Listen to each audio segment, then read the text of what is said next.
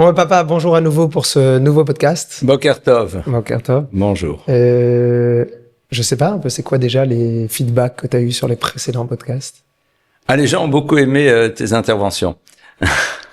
Les interventions ou tes réponses? Exact. Je crois que en réalité, ce que les gens apprécient, c'est qu'on puisse échanger véritablement sur toutes ces thématiques et puis de manière un petit peu libre, de manière non formelle, même si ça l'est quand même qu'on le veuille ou pas, parce qu'on sait qu'on est filmé, mais néanmoins. Et voilà. Donc c'est un petit peu en tout cas les feedbacks qui sont arrivés. L'autre fois, on avait parlé de la rencontre. Et moi, je voulais profiter de cette fois pour aborder un petit peu le sujet du couple. Mais avant ça, en introduction, puisqu'on filme dans un jour qui est particulier pour moi, parce que on est aujourd'hui le jour de la Haskara de quelqu'un qui s'appelait le Rav Steinman. Le jour de son décès.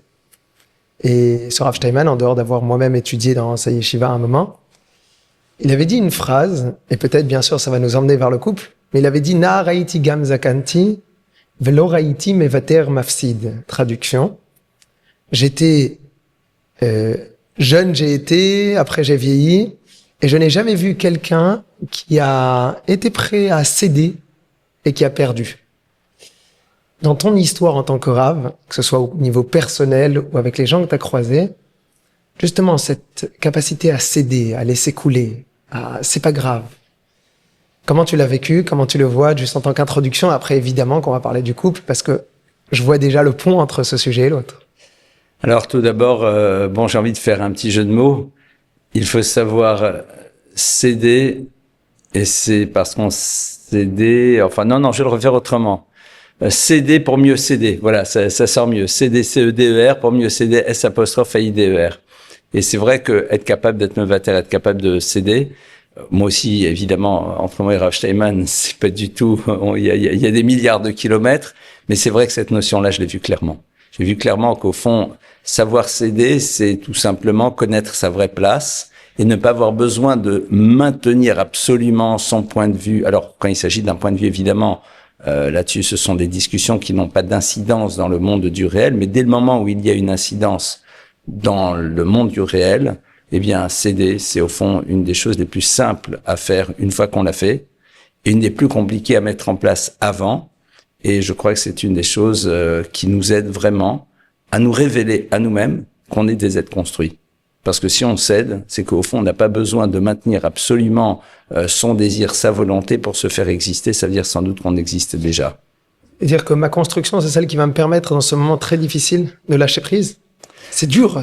Au final, t'es là, t'as raison, tu sens, et tu dis c'est pas grave. Alors je suis pas sûr que c'est une notion de lâcher prise. Moi, je me rappelle dans une synagogue que tu connais bien. Eh bien, un jour, un jeune homme que tu connais bien s'est retrouvé dans une situation. J'étais impressionné. Il avait 18 ans.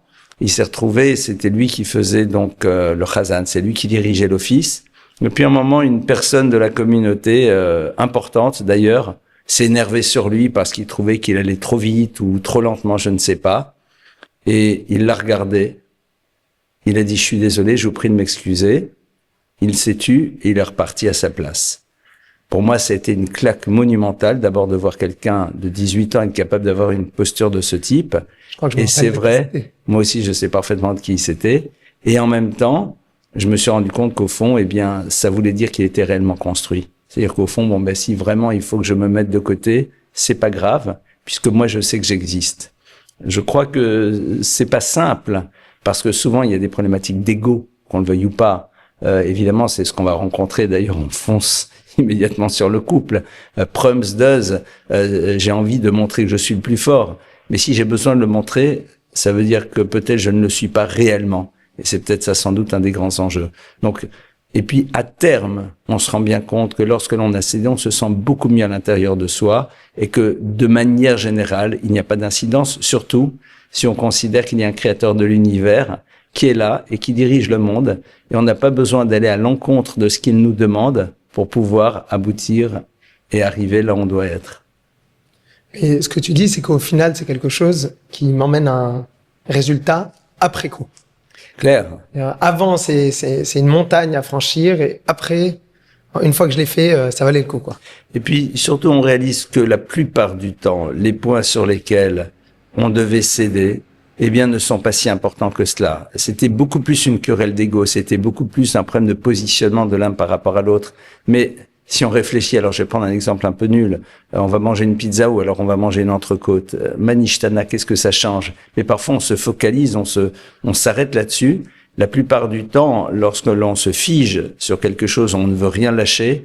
J'ai plus envie de dire qu'on est là dans le symptôme d'un syndrome, qu'il y a une autre problématique par ailleurs qu'on est en train de révéler à travers cela. Et c'est vrai que je crois que les parents d'ailleurs ont souvent l'habitude de dire ça quand il y a des disputes entre les enfants, le plus intelligent cède. Alors c'est une bonne technique, hein, parce que si tu cèdes, ça veut dire qu'au fond tu es plus intelligent. Mais c'est vrai, si tu es vraiment intelligent, tu cèdes parce que tu te poses la question, mais quel est l'enjeu réel? Et ça va être un point sur lequel il va falloir qu'on revienne. Dans toutes ces problématiques de conflit qui existent dans les relations interpersonnelles et plus particulièrement dans tous les couples qui se respectent, sauf de très rares couples qui ont réussi à ne jamais être dans le conflit, et ça peut exister, la question que tu dois te poser, c'est quel est l'enjeu? Quel est l'enjeu? Et la plupart du temps, l'enjeu, ce n'est pas le sujet, mais il est ailleurs. Et si on commence à réfléchir où est l'enjeu, évidemment, on remet les choses à leur place. Ça veut dire que quand, des fois, j'ai du mal à céder sur une situation, je dois personnellement me demander qu'est-ce qui se cache peut-être derrière? C'est pas que tu dois te demander... Chez moi. Oui. Par moi-même. Pourquoi est-ce que j'y arrive pas? Pourquoi c'est tellement dur? Tu peux te le poser de cette manière. Moi, j'ai l'impression en vérité, c'est juste la formulation. Le fait déjà de te poser la question, c'est génial. Se dire, au fond, qu'est-ce qui se passe? Et se dire, mais quel est le problème réel? Pourquoi j'ai tellement besoin de ne rien lâcher? Pourquoi pour moi c'est tellement important de ne rien lâcher? Et on va voir que souvent d'ailleurs, ce sont des personnes qui sont fragiles, qui ne peuvent pas lâcher parce que sinon elles ont l'impression qu'elles n'existent plus. Quand quelqu'un existe réellement, alors il n'a pas trop de difficultés, sauf s'il se fait exister à travers la relation de pouvoir qu'il a vis-à-vis des autres. Ou le conflit même, qui permet à certaines personnes de pouvoir aussi s'exprimer et exister, quoi. Ah oui, il y a certaines personnes qui n'existent qu'à travers le conflit, qui ne savent pas exister autrement que dans le conflit. Très souvent, c'est une redite de ce qu'ils ont vécu quand ils étaient enfants, d'ailleurs. Et dans ces situations, maintenant qu'on a parlé de ces problèmes d'ego, on a parlé justement de la capacité de céder, je pense qu'on a un boulevard pour pouvoir passer à notre thématique centrale aujourd'hui. Et parler du couple. Parler du couple parce que... Oui, attends. Je pense que c'est pas très sympa de démarrer le couple en posant le conflit. Hein. Moi, je trouve que ça serait quand même intéressant de parler un moment du couple à travers la beauté du couple et évidemment après de réfléchir quelles sont les difficultés. Peut-être que c'est pas déstabilisé, j'espère. Non, ça devrait aller. Mais c'est peut-être que ce que le Rav a dit, qu'au final, avoir la capacité à laisser couler, à faire un travail de construction préalable, c'est ce qui me permet de pouvoir par la suite réellement gagner, parce qu'il avait jamais vu quelqu'un qui a perdu. Est-ce qu'il a réellement gagné? Je pense que le podcast d'avant, c'était celui qui parlait justement de la rencontre, et donc de la construction nécessaire. Et une fois qu'on a cette construction, on arrive dans ce monde du couple. Bon, maintenant quand on parle du couple, il y a plein de façons de l'aborder. On va pouvoir parler des thématiques différentes. Moi, je voudrais essayer aujourd'hui, de faire en sorte qu'on parle du couple à travers les différents couples que la Torah va nous présenter. Intéressant. Et c'est vrai que chaque fois quand on parle dans les cours, et les cours que j'ai entendus de ta part sont chaque fois avec des exemples qui sont ramenés de tel ou tel personnage de la Torah, c'est la base, et après bien sûr on va développer. On a deux personnes, Adam et Ève, point de départ de l'histoire du couple. Et ces deux personnes, quand on nous présente le point de départ de l'histoire du couple, tout de suite on voit qu'il y a une forme de tension qui peut se créer entre Adam qui va dire « non mais c'est pas moi, c'est l'autre ». Alors peut-être qu'aujourd'hui justement, je voudrais aborder le couple à travers les différents couples qu'on a dans la Torah. Et la Torah à un moment va nous parler de quelqu'un, du premier couple de l'histoire, Adam et Ève. Qu'est-ce qu'on peut apprendre, voir déjà dans cette première description du couple? Ça arrive très vite. C'est-à-dire que dès qu'on parle de la création de l'homme, on va pas trop parler de la personne, mais tout de suite on parle Adam, Chava, et Adam et Ève, et leur couple, et leur union, et la suite. Qu'est-ce que ça nous enseigne déjà, le fait que la Torah, dès le départ, elle te parle, et elle te mette en point central ce couple? Alors, c'est vrai que c'est très intéressant. Je te remercie d'ailleurs, parce que c'est vrai qu'on a besoin d'une référence pour parler du couple. Sinon, voilà, chacun a sa vie, son œuvre. On va regarder le texte. C'est vrai que, bon, alors, tu sais que j'adore raconter cette histoire, je pense que tout le monde la connaît. Pourquoi Adam est l'homme le plus heureux de l'histoire? Pour une raison très simple, c'est que d'abord, il n'a pas eu le choix, il n'y avait qu'une seule femme en face de lui, et deuxièmement, il n'a jamais eu de belle-mère. Bon, généralement, les gens rient, c'est... Même un ashkénaze comme moi sait faire des blagues. Je leur demande généralement de rire aux gens, comme ça me rassure.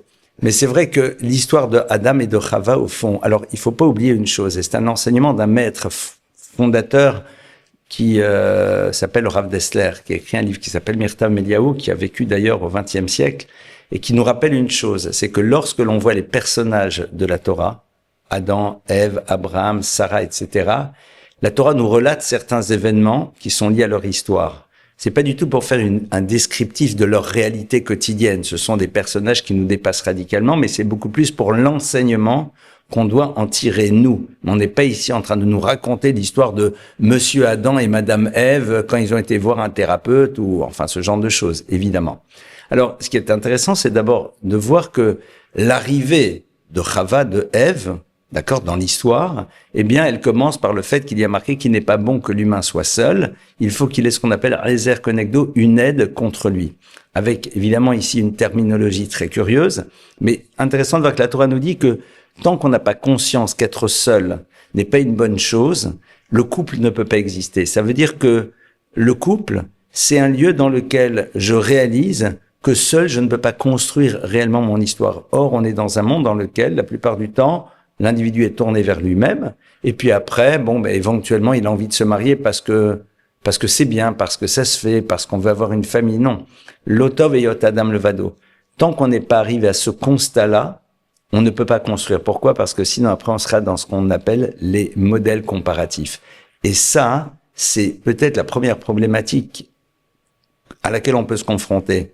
Ne pas se dire, avant c'était mieux par rapport à cette réalité. D'ailleurs, je crois qu'on en les modèles comparatifs par rapport à d'autres couples? Non, par rapport à mes situations personnelles. Par rapport à mes situations passées. Je pense on l'avait, à mon avis, un petit peu abordé dans l'univers de la rencontre. Maintenant, Ezer Konegdo, l'autre va être une aide contre lui. Alors, Mechila, juste avant Ezer Konegdo, je m'excuse de t'interrompre.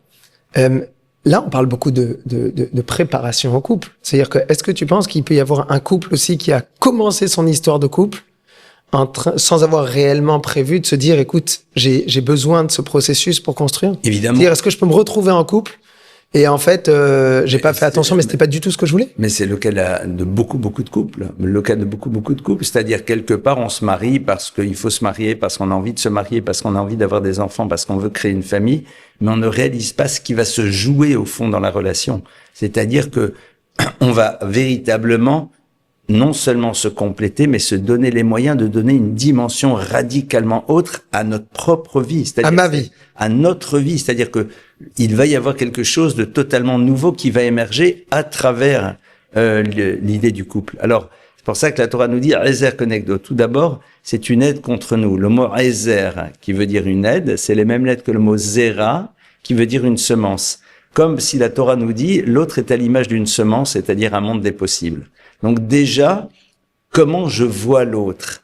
Est-ce que je vois l'autre comme étant un produit fini ou alors comme étant un monde des possibles? Or, la plupart du temps, on va attendre dans le couple quelqu'un qui soit pleinement réalisé, quelqu'un qui ait déjà toutes les qualités que l'on désire pour pouvoir après vivre un quotidien au plus que parfait. Pas du tout. L'autre, c'est un monde des possibles. Il est là et à travers la rencontre, je vais pouvoir lui donner les moyens d'arriver à sa plénitude et ça va être réciproque. C'est-à-dire qu'il y a ici une responsabilité que je vais avoir d'être à la source du développement de l'autre et ce, de manière totalement réciproque. Un très grand maître qui s'appelait le Rav Chaim Kanievski, qui était un géant de Torah, disait à son épouse que quand elle n'était pas présente à la maison au moment où il étudiait, il sentait qu'il lui manquait quelque chose. C'est absolument incroyable. Un homme qui avait une connaissance gigantesque, qui, quand il étudiait, était pleinement dans son étude, il ressentait, c'est-à-dire que il y a un apport de l'autre au niveau de mon développement et de ma construction. Et ça, c'est quelque chose dont on doit être conscient dès le début. Je vais avoir besoin de l'autre pour pouvoir me réaliser pleinement et c'est une réelle réciprocité. Mais cette réciprocité, ça voudrait dire que je vais chercher chez l'autre ses défauts? Parce que quelque part, c'est là-dessus que je vais l'aider à se compléter, à devenir. Pas du tout. Non, pas du tout.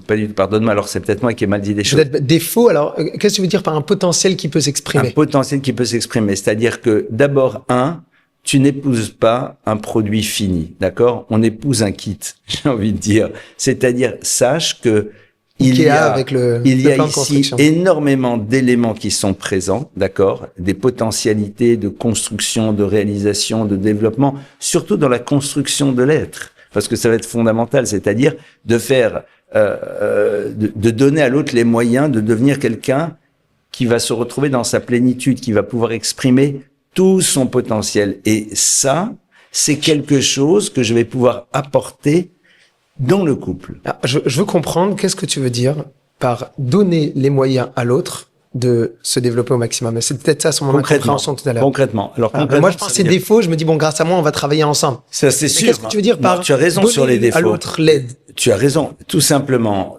lorsque tu admires quelqu'un, lorsque tu exprimes cette admiration, lorsque tu valorises l'autre, lorsque tu l'encourages, lorsque tu es à ses côtés, l'autre peut véritablement s'épanouir pleinement. Lorsque tu te sens profondément aimé par quelqu'un, que cette personne-là se focalise avant tout sur tous tes points positifs et qu'elle te donne des énergies, on n'a qu'une envie, et ça je vais te le dire clairement, comme moi, je donne une conférence, ça peut être devant 1000 personnes, d'accord? Ça a pu m'arriver, tu te sens le roi du monde un petit peu, mais en vérité, les paroles qui vont me donner le plus, ce sont celles de celle qui est ta maman, c'est-à-dire mon épouse Esther, évidemment, parce que c'est celle-là qui te donne véritablement de l'énergie. Et je suis pas en train ici de faire une déclaration d'amour sur sur cet enregistrement. Je pense que c'est comme ça dans chaque couple, c'est-à-dire c'est la parole de l'autre qui nous nourrit réellement. La parole des autres nous apporte évidemment, mais celle qui nous nourrit, c'est celle de notre conjoint. Et c'est en cela où en effet on va avoir donc la possibilité de donner à l'autre de se réaliser pleinement. Parce que quand on te nourrit, tu as des énergies et quelque part, ça te permet de te développer dans tous les domaines. Ouais, c'est beaucoup plus clair. Ça veut dire qu'en fait, l'amour que je vais réussir à donner, qui quelque part au final, là maintenant tu viens de mettre une croix absolue sur le concept coup de foudre, c'est sûr que c'est elle et autres. Et le moment dans lequel on prend conscience que là, ce que je vais donner va lui permettre de grandir. Mais à un moment... Attends, un instant. L'idée du coup de foudre, ça peut arriver, hein. N'oublions pas qu'il y a des rencontres. Seulement, évidemment, ce n'est pas nécessairement ça qui va être révélateur de la possibilité de créer un couple. Souvent, n'oublions pas que les coups de foudre, c'est beaucoup plus, je trouve chez l'autre ce dont j'ai besoin à un instant T et réciproquement. Donc, au fond, ce sont deux manques qui se rejoignent. Si j'étais méchant, je dirais parfois c'est presque deux névroses qui se rencontrent et qui quelque part sont en train de s'apporter mutuellement. Ça peut aboutir sur des couples qui perdent. C'est plus complexe. Pas opposé au concept. Évidemment que non. Mais dans la réalité du quotidien, d'ailleurs, c'est la définition de l'amour dans la Torah. Aimer quelqu'un, c'est vouloir lui donner les moyens de s'épanouir. Se sentir aimé, c'est quand tu te rends compte que l'autre te donne les moyens de t'épanouir, en tout cas, à ce désir profond de te donner les moyens de t'épanouir. D'ailleurs, c'est même au niveau de l'éducation. Un enfant se sent aimé lorsqu'il réalise et il ressent que ses parents lui donnent ce dont il a besoin pour pouvoir s'épanouir pleinement. Et c'est comme ça que l'histoire, elle se construit. Est-ce que c'est... Quand la Torah, elle parle d'union entre Adam et Ève, elle parle de Yédia, de connaissance? Alors, c'est vrai que ici on touche un point qui va être fondamental, qui est le point donc du domaine de l'intime. Et c'est vrai que lorsque Adam et Ève se retrouvent dans l'univers de l'intime, le texte nous dit Vayeda Adam et Chava Ishto. Adam a connu Ève, Ishto, son épouse. C'est-à-dire que la connaissance réelle de l'autre n'existe qu'à partir du moment où dans une relation de couple, c'est-à-dire une relation d'engagement, une relation dans laquelle on se focalise pleinement sur l'autre, alors il y a ce que j'appellerais ce triple dialogue, celui des corps, des cœurs et des âmes. Et c'est intéressant de voir que ce terme de Yedia, de connaissance, tel que je le comprends en tout cas, il représente en tout cas quelque chose qu'on ne peut même pas exprimer avec des mots. C'est-à-dire, c'est un peu dans l'au-delà des mots, puisqu'on a ici véritablement cette triple dimension qui est présente dans laquelle on connaît véritablement l'autre pleinement, totalement, absolument. Et en effet, ça se situe dans l'univers de l'intime, dans lequel, comme je l'ai dit, il y a cette triple communication. Et d'ailleurs, s'il y a un des éléments de cette communication qui n'est pas là, eh bien, en effet, on n'est pas dans un univers de couple réel. Les corps, les cœurs et les âmes, c'est-à-dire toutes ces dimensions-là qui sont fondamentales pour permettre, en effet, de construire quelque chose qui va construire un vrai futur. Ouais, papa, on est d'accord qu'aujourd'hui, on est dans une société dans laquelle souvent, on a commencé peut-être par les corps. Après, on a vérifié les cœurs et les âmes, éventuellement. Souvent, on commence par la fin FIN ou FAIM, d'ailleurs. C'est pas très sympa de le dire de cette manière. Évidemment, là, dans une relation, ici on parle de la relation de couple. J'ai pas envie de parler de ce qui se joue dans le monde des relations de manière générale, où là, en effet, il peut y avoir des désirs charnels forts, avec parfois des émotions. Là, je préfère qu'on s'inscrive dans le cadre de la construction du couple, comment on est en train de le construire. Ça veut dire qu'il y a un processus, en fait. Il y a un processus, évidemment. Le processus, c'est d'abord, et d'ailleurs on le voit dans l'univers de la rencontre, le point de départ de la rencontre, c'est d'abord les âmes. C'est très curieux, mais c'est quoi les âmes? C'est-à-dire, si on est en phase au niveau d'un projet de vie dans lequel, évidemment, l'âme est présente. Alors, je veux m'arrêter quelques instants là-dessus. C'est quoi, au fond, un projet de vie? Si un projet de vie, c'est on veut se marier, avoir des enfants, vivre correctement, ça c'est pas un projet de vie, ça c'est un cadre. Et ce cadre-là, je pense que tout le monde le veut et le désire, et c'est complètement et absolument normal. Par contre, le dialogue des âmes, c'est ce à quoi j'aspire profondément, et cette aspiration, elle provient donc de notre neshama, de notre âme, et c'est d'abord cela, au fond, qui se rencontrent. À quoi tu aspires réellement? Quel est le sens que tu veux donner à ta vie? Quelle est ta finalité? Or, ici, quand on parle d'un couple, on se pose la question de savoir, mais qu'est-ce qu'on veut faire ensemble de notre vie et surtout de ce que l'on va construire? C'est ça que j'appellerais d'abord le dialogue des âmes. Quelque chose qui s'inscrit dans la mission profonde que nous avons envie de mettre en place dans cette vie, dans cette existence. Après, il va y avoir évidemment le dialogue des cœurs, cette résonance émotionnelle, voir si en effet on peut construire une fluidité relationnelle qui met parfois un peu de temps à se mettre en place. Et après, celle des corps, et celle des corps en premier lieu même, avant de se retrouver dans l'engagement du mariage, c'est réaliser qu'au fond, on aimerait se retrouver dans une proximité avec l'autre. Ce désir d'être proche, qui est le révélateur, au fond, d'une envie de symbiose, mais qui d'abord a été précédée par quel est le sens que nous voulons donner. Dans un second temps, est-ce qu'il y a cette fluidité relationnelle? Est-ce qu'on est en phase au niveau purement dans cet échange humain? Et après, évidemment, cette envie de créer cette proximité et que tout cela forme un tout. Mais il y a quand même quelque chose, puisque nos auditeurs, si on le veut, parce que c'est vrai que c'est un échange que j'aime tellement entre toi et moi, mais il y a des gens qui l'écoutent. Il y a un vrai challenge, une vraie question aujourd'hui, avec ce qu'ils vont appeler un peu communiquer, ça va être un peu une expression, t'es chômeur néguia, t'es pas chômeur néguia. Non, mais là, tu parles avant. Là, tu parles. Je sais, mais même dans un couple qui est en prévision de mariage, là, maintenant. Oui. Ils sont engagés, ils sont fiancés. Est-ce qu'on se touche, est-ce qu'on se touche pas? Les concepts même de la pureté familiale, avec des moments de séparation physique. Donc, on voit un petit peu que ce physique, il a besoin d'exister, mais dans un cadre. Mm-hmm. Qu'est-ce qui se passe? Et pourquoi est-ce que c'est tellement fondamental de pouvoir cadrer ce physique? D'un côté, que la Torah, qui n'a aucun problème avec l'épanouissement d'un couple au niveau intime, mais d'un autre côté, ça a besoin d'être un cadre. Pourquoi est-ce que ce cadre, si on le touche un petit peu, eh bien, ça risque de dérégler? C'est quoi l'enjeu? Alors, bon, il faut faire très attention parce que là-dedans, le danger serait de créer des formes de culpabilité vis-à-vis de personnes qui auraient des comportements, enfin, qui auraient des modèles de fonctionnement qui sont les leurs.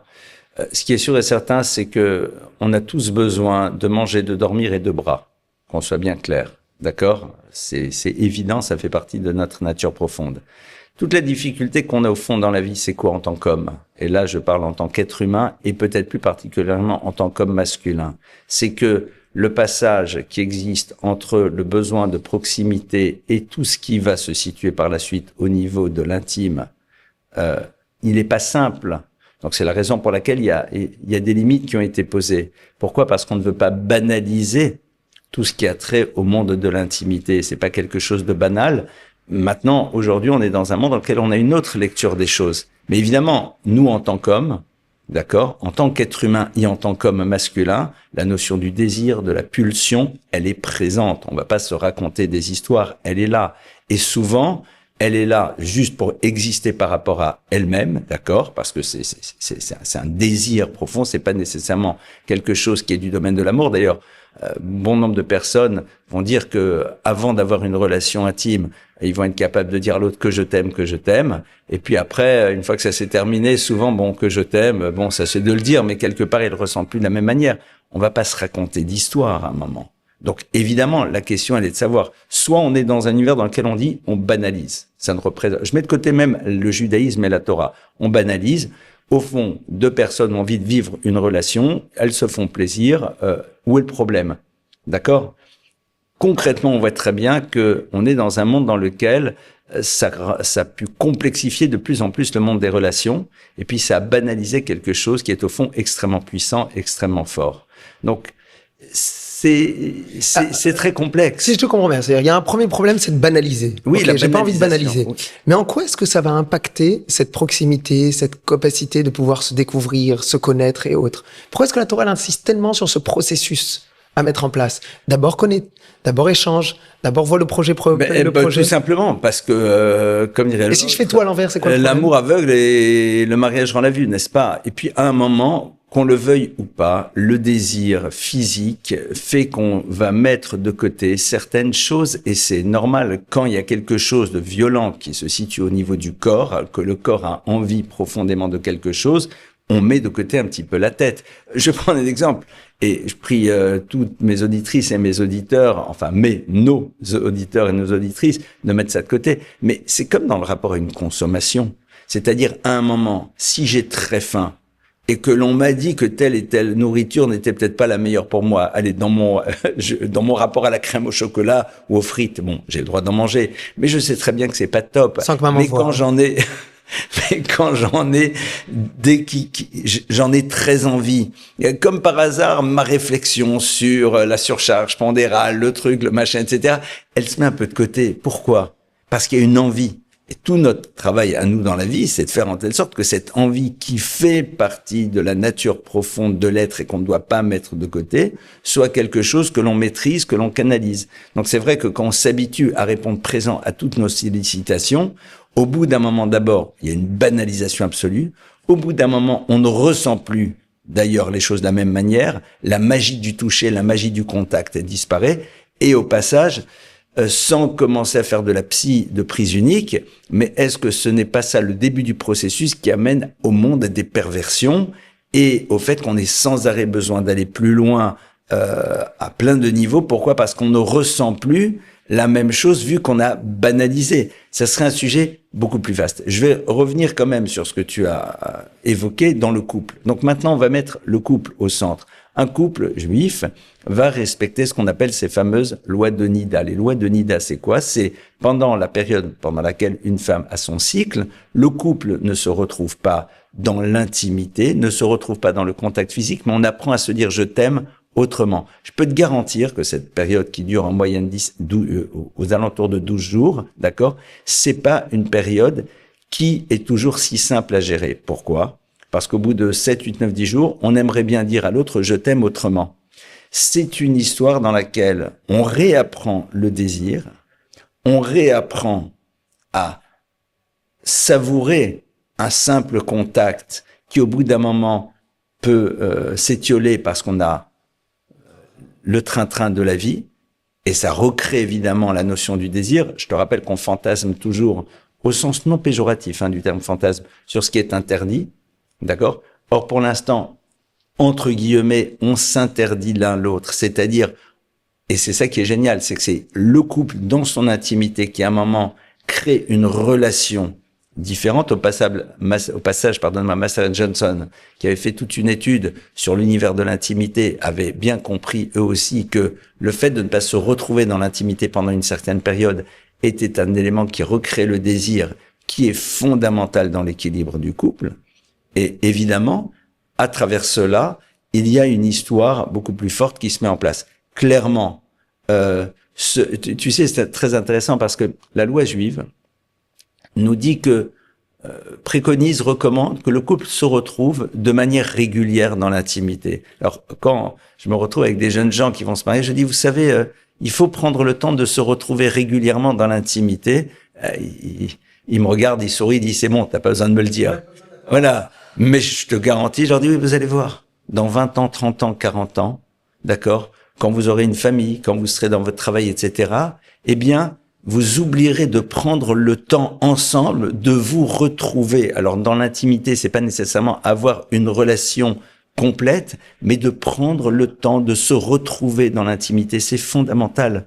Et le fait que la Torah nous le préconise, c'est là pour te rappeler l'importance de quelque chose et de ne pas tomber, comme on connaît tous la chanson, dans le comme d'habitude, et qui fait qu'au bout d'un moment, il y a un manque au niveau de l'équilibre du couple. Évidemment, c'est quelque chose qui se construit à deux, mais il y a quelque chose ici de capital qui est très très important pour l'équilibre et sur lequel la Torah insiste.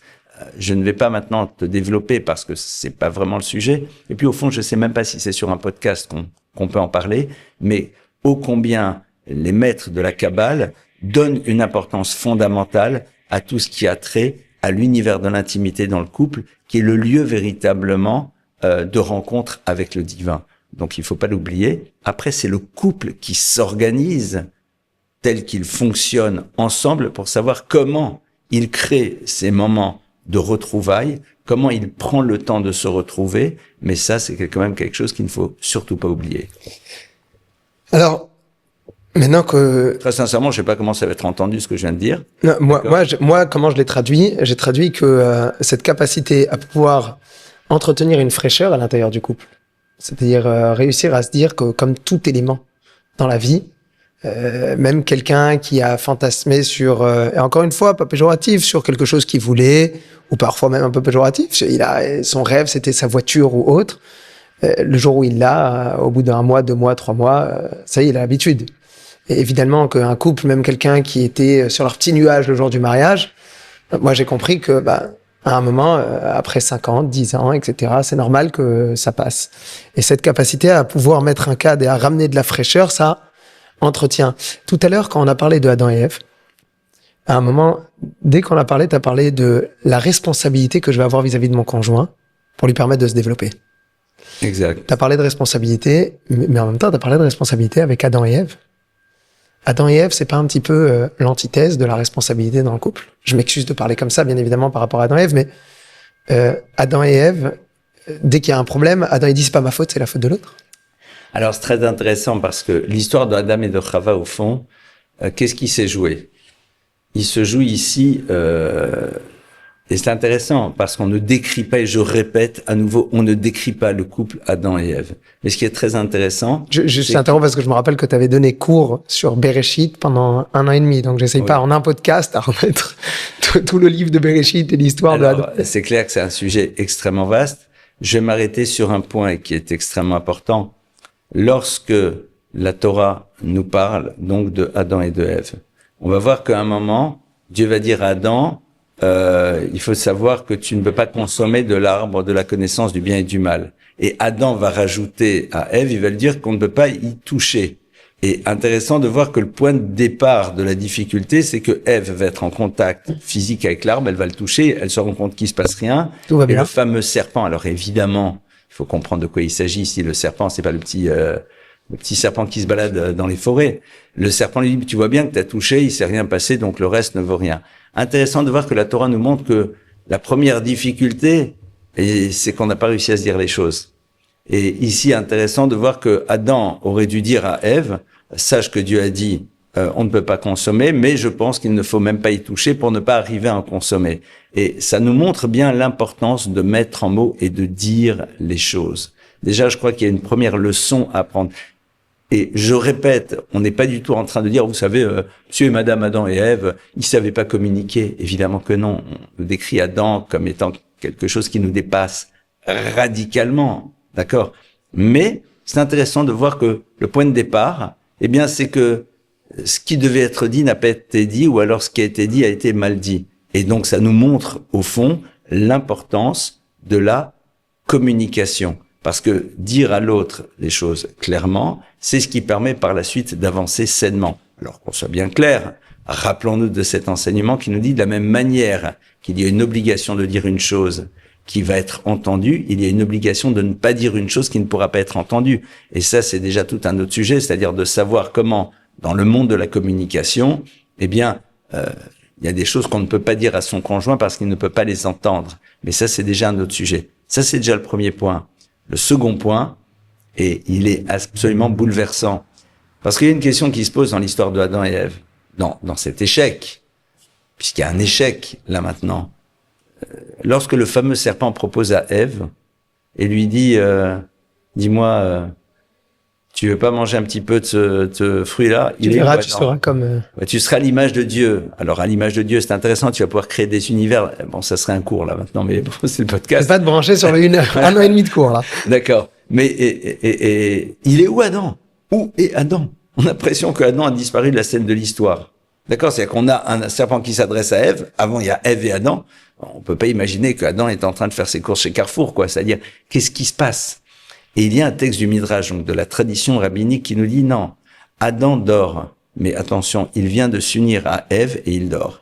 Il y a une leçon ici qui est très intéressante. Donc de nouveau, je répète, même si c'est un peu pesant, on n'est pas ici en train de faire le descriptif d'un couple qui nous dépasse radicalement. On est ici en train de nous donner des éléments qui nous permettent de réfléchir pour nous. D'accord? Quel est l'enseignement que nous allons tirer de ce texte? Ève est réveillée, Adam dort une fois que l'union a eu lieu entre eux. Au fond, qu'est-ce qui se joue ici? La physiologie de l'homme, la physiologie de la femme font que dans la relation et dans l'intimité, les choses ne fonctionnent pas de la même manière. Adam, de son côté, la relation s'est terminée et il dort. Ève est encore éveillée, c'est-à-dire elle a besoin sans doute encore de la présence de Adam qui n'est plus là parce qu'il dort. Et à ce moment-là, le serpent vient et lui propose quelque chose. C'est quoi, au fond, la leçon qu'on est en train de nous dire? C'est que... manque. Pardon? Il y a un manque chez Ève? C'est que... À ce moment-là? Le problème numéro 1 dans la vie, c'est que on sait bien que Adam aurait dû faire l'effort de rester réveillé et de rester dans cette proximité. D'accord? Donc, au fond, il y a une absence d'effort. Et c'est ça, au fond, le plus bouleversant. Quelle est l'importance que j'ai dans la relation? Et cette importance, je la connais à travers l'effort que tu vas faire par rapport à moi. C'est-à-dire qu'au niveau symbolique, et j'insiste beaucoup, beaucoup ici, le texte est en train de nous dire que Ève est déstabilisée parce qu'au fond, à travers ce que ce texte nous dit, elle est en train de se poser la question, mais au fond, qu'est-ce que je représente pour l'autre? L'absence d'effort que l'autre devrait avoir par rapport à ce dont j'ai besoin moi, c'est-à-dire de ne pas dormir, mais d'être encore présent à mes côtés, au fond, m'amène à me poser la question, qu'est-ce que je représente? Et quand vous ne savez plus ce que vous représentez dans la relation de couple, c'est à ce moment-là où le danger arrive, c'est à ce moment-là où les difficultés s'installent. Et on a ici une leçon fondamentale. Ce qui maintient un couple tout au long de son existence, c'est la réponse que l'on donnera de manière régulière à cette question que l'autre ne pose pas, mais qu'il a quand même. Quelle est mon importance? Quelle est ma valeur? Qu'est-ce que je représente? Révèle-le-moi à travers l'effort que tu vas faire par rapport à des choses qui sont importantes pour moi. Et à partir de cela, évidemment, l'histoire, elle peut se dérouler. Ici, en l'occurrence, maintenant, le troisième point, c'est celui que tu as évoqué. C'est que quand le serpent vient et dit, pardonne-moi, quand Dieu vient et dit, quand Dieu arrive, ouais. Qu'est-ce qui s'est passé? Il dit, non, c'est elle. C'est elle. D'accord? C'est la femme que tu m'as donnée qui m'a dit de manger. Et qu'est-ce qu'on va voir? Que Dieu va lui faire le reproche, puisque bien plus tard dans l'histoire de la tour de Babel, quand il va y avoir cette révolte contre le divin, eh bien, on va dire que ce sont les descendants de l'homme, mais l'homme avec un grand H. On dit quoi? Pourquoi on précise que c'est les descendants de l'homme? On dit ouais, parce que eux, la tour de Babel, n'est-ce pas, ceux qui se révoltent contre Dieu, eh bien, ils font preuve d'ingratitude parce que ce sont les survivants du déluge, je te rappelle. C'est la même chose pour Adam. Adam n'a pas fait preuve de reconnaissance. Et là, il y a une leçon fondamentale. C'est quoi l'absence de reconnaissance ici? Je te pose la question. Si on réfléchit, Quoi, vis-à-vis Dieu dit, c'est quoi cette histoire? Il y a des millions, non mais c'est elle. Et le texte vient de dire, tu vois bien qu'il a pas eu de reconnaissance. Mais attends, mais non, il l'a balancé, comme on dit un peu vulgairement. Mais par rapport à ce que Dieu lui a donné, est-ce qu'il a pas apprécié? Alors c'est intéressant, parce que oui, c'est vrai que c'est Ève qui lui a proposé. Mais dis-moi, pourquoi tu réduis Ève à cela? Pourquoi Ève, ce n'est que cela? L'absence de reconnaissance, c'est la construction d'un système dans lequel on va se focaliser d'abord sur ce qui ne va pas et on va oublier tous les points positifs, que tu le veuilles ou pas. Même si c'est vrai, c'est-à-dire c'est vraiment Ève. C'est ok. Ève, d'accord. Mais concrètement. Mais il y a que ça que tu mentionnes, Mais quoi, en fait. concrètement, parce que si tu emmagasines au quotidien tout ce que l'autre a de positif, l'élément négatif se diluera à l'intérieur. Il va être présent, mais au regard de la totalité de ce qui se passe, est-ce que véritablement c'est cet élément négatif qui doit déterminer la relation? Alors bien sûr, Comment on fait techniquement techniquement, pour emmagasiner? ben c'est très simple. Alors, comment on fait pour emmagasiner le positif d'un autre au quotidien? Ben c'est très simple. Tous les matins, tu regardes cet autre et tu réalises tous les compliments que tu as envie de lui dire par rapport à ce qu'il est. D'accord? Tous les points positifs, on en parle. Et même si on ne le dit pas l'autre, on se le dit à soi-même, au moins soi-même. Mais quelle chance. On se parle dans la glace. On se parle à soi-même. C'est-à-dire, bon, la fameuse technique que j'aime bien, c'est l'ascenseur. C'est un grand classique. C'est pour ça qu'il y a des miroirs dans les ascenseurs. Voilà, quand on sort de chez soi le matin et que ça s'est mal passé, souvent, on va entendre la personne dire « Oh, qu'est-ce qui m'énerve d'accord, il se parle à lui-même. Quand ça se passe bien, ce qu'on espère la majeure partie du temps, d'accord, même 98% du temps, on s'entend rarement dire « Ah là là, quelle femme merveilleuse j'ai, oh, quel mari tellement sympa ». On le pense peut-être, mais on ne se l'entend pas dire. Ça, c'est quelque chose de fondamental. La notion de reconnaissance. Plus on inscrit à l'intérieur de nous. D'ailleurs, je me rappelle très bien, un jour, un couple vient me voir parce qu'ils veulent divorcer. Bon, moi, généralement, j'oriente après vers un thérapeute, vers des spécialistes, mais bon, première écoute. Et le monsieur, ou la dame, je me rappelle plus qui, me dit, oui, il se passe telle et telle chose. Alors, c'était pas dramatique, mais je peux comprendre qu'il y avait une problématique. Et moi, je lui dis, vous avez raison, il faut divorcer. Alors l'autre est un peu choqué parce que le rabbin, ça sent qu'il dit, mais non, surtout pas, voyons. C'est quoi ce rabbin qui encourage le divorce? Voilà. Faut divorcer. Alors l'autre me regarde, il dit, oui, vous avez raison, faut divorcer. Et là, je l'entends dire, non mais parce que par ailleurs, je dis, votre conjoint a des qualités, peut-être qu'on en parle. C'est intéressant de voir qu'à ce moment-là, la personne était en focale sur l'élément, oui, dysfonctionnel, oui, il y avait un problème, mais quelque part, pourquoi tu oublies le reste? Et pour réussir à faire cela, et c'est tellement important de verbaliser tous ces points positifs, même les plus simples.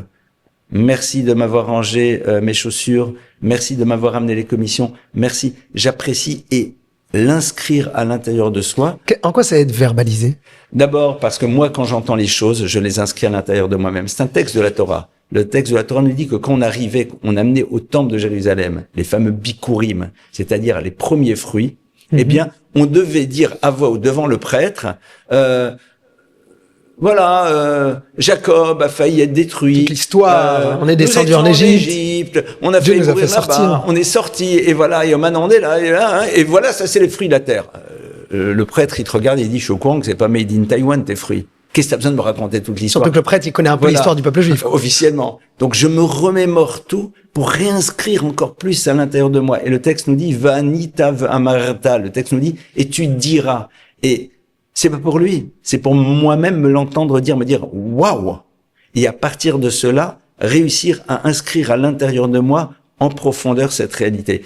Si le texte de la Torah nous le dit par rapport à ça, c'est que c'est évident qu'on doit le faire par rapport à tout, par rapport à notre conjoint, par rapport à nos enfants, nous nourrir de tous ces points positifs, car il y aura toujours des points négatifs, et comme je te l'ai dit, ces points négatifs se dilueront. Qu'est-ce que ça veut dire qu'ils s'y dilueront? Ça veut pas dire que nécessairement on va pas régler le problème, parce que s'il y a une difficulté récurrente, il faut en prendre la bonne proportion. Mais l'impact de la chose n'est plus le même, parce qu'il se retrouve entouré de tous ces points positifs, et évidemment, les choses, on les vit de manière totalement différente à ce moment-là. Ce que tu conseilles, en fait, c'est ce que j'ai souvent entendu à la maison.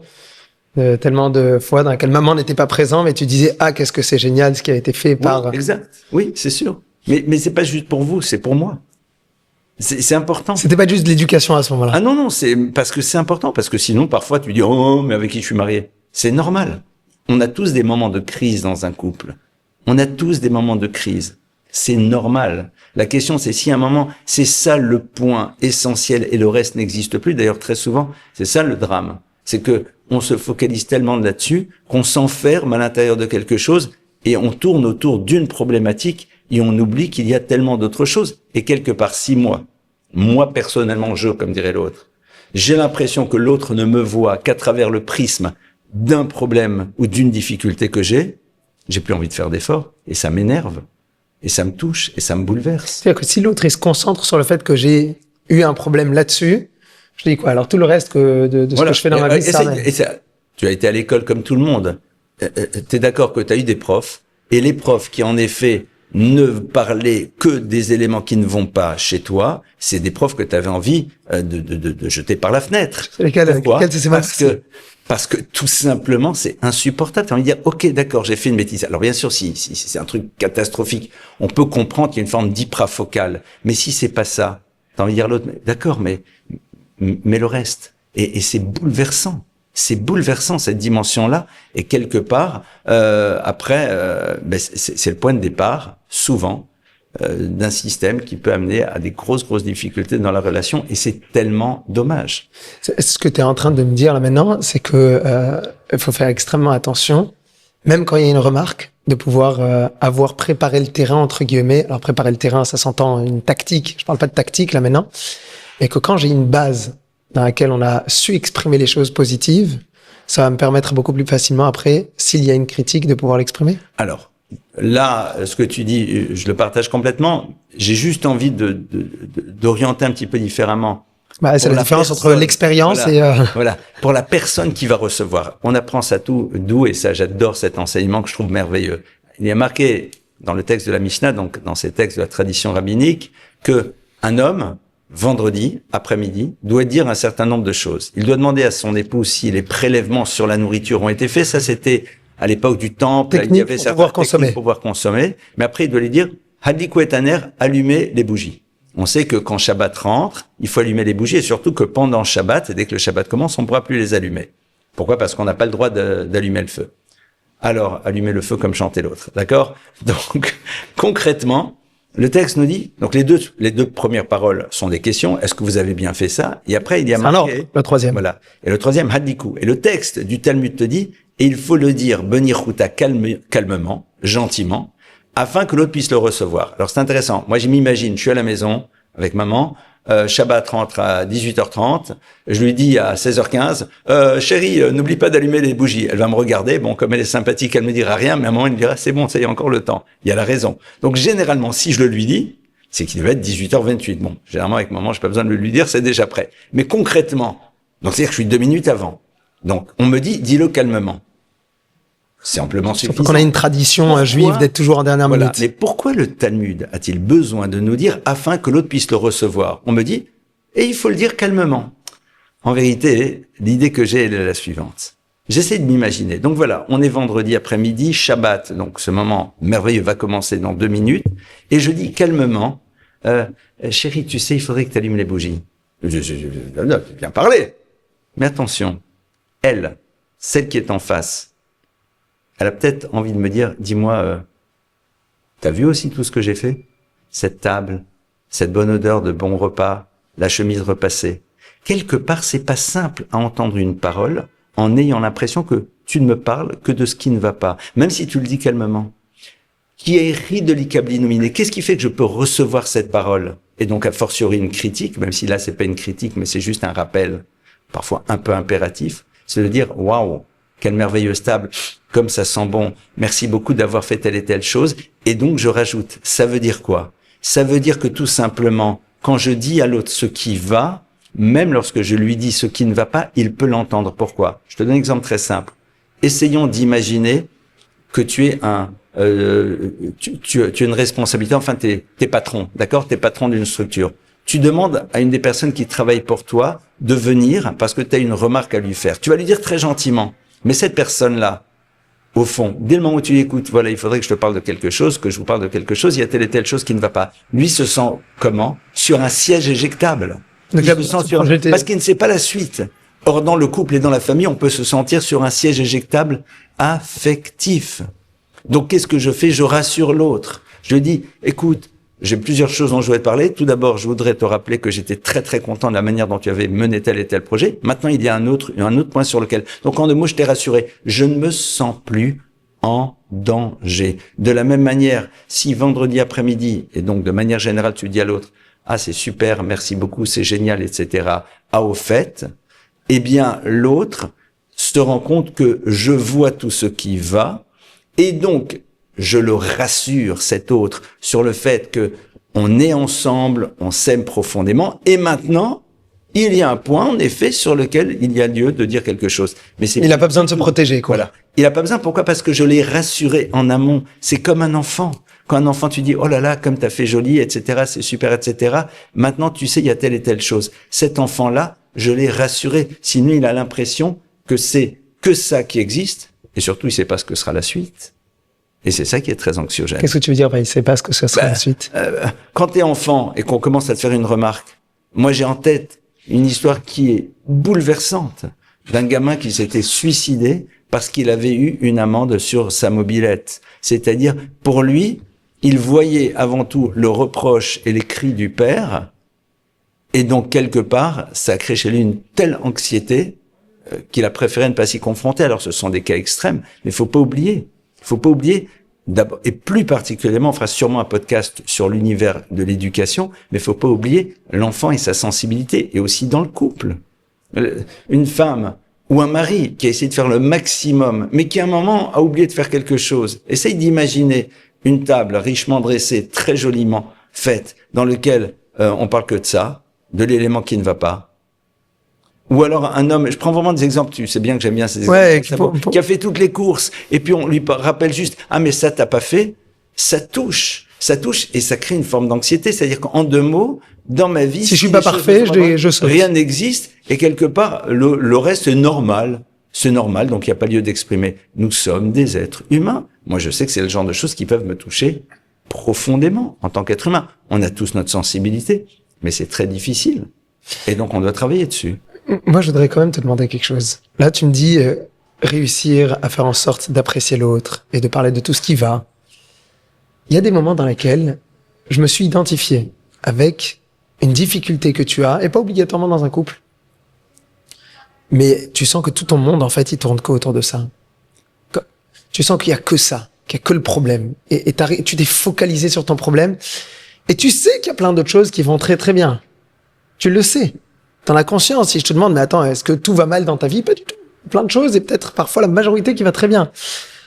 Comment je fais pour m'en sortir en dehors d'avoir préparé en amont, de regarder, d'analyser?